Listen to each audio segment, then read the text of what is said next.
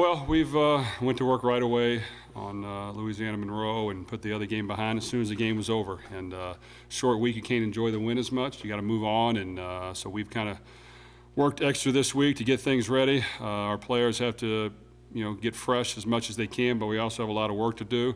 And I think right now we have the right attitude, but we just got to continue to work every day. Coach Petrino talked this morning how complex their defense is and can be. Speak to that a little bit. Well, they're going to give you a lot of different looks, and that's kind of what they do on defense. It's going to be different every time. Really, not one snap will be the same. So we've got to be able to do things efficiently, be able to react on the run, be able to still play fast, be able to come downhill, be able to get the ball in our playmakers' hands and take care of the football while we're doing it. So, the little things remain the same that we have to do, but we have to play fast and be smart and be really focused in on what's going on. How do you guys, I would imagine you guys are wanting to get that deep threat, something that you guys have been lacking. Do you, on a week like this, because it's a short week, do you really not even have the opportunity to work on that because you have to worry about Monroe with a short week? No, we're working on it. Without question, we're working on it. And you're right. You want to try to find ways to make big plays, especially in the passing game, and we have not done that. But we are working extremely hard on it, and we're trying to get better at it every single day. And it's just got to eventually take place. And I think it all comes from receivers running routes full speed and sharply and crisply. The quarterback taking a good drop, throwing it out there on time, and the line protecting. And I think we haven't had a combination of all three of those things happen, but we are working extremely hard on it. It seems like some of the picks that Dottie's thrown has been really at the cause of some miscommunication between he and the receiver with the running of the routes. What are you guys doing to kind of fix that issue?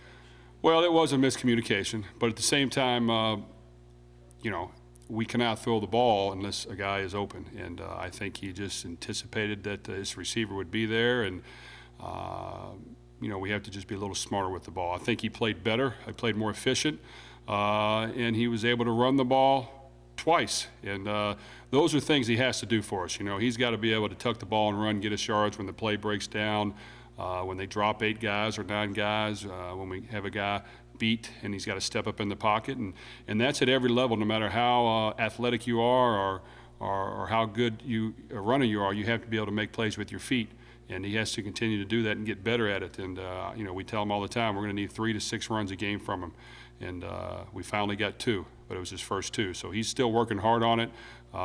We've got to take care of the ball. We've got to throw it to our guys when they're open. And when they're not, he's got to run and get yards.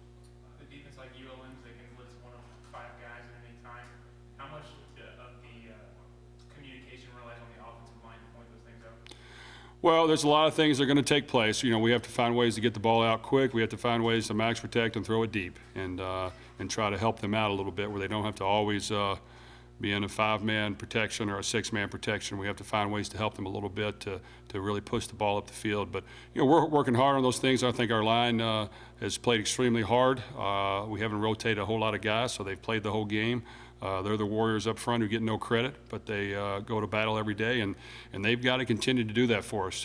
That's one of our strengths right now, is them just fighting hard the entire game and then handing it off to our running back and him taking it on his shoulders and leading us in the end zone. Are they licking their chops right now to go against this ULM team that's given up over 200 yards in the past few games? Well, we're licking our chops to get out there on the road and try to win on the road. And, we've won our home games, if you count especially the Nashville game. But we need to go on the road and play well.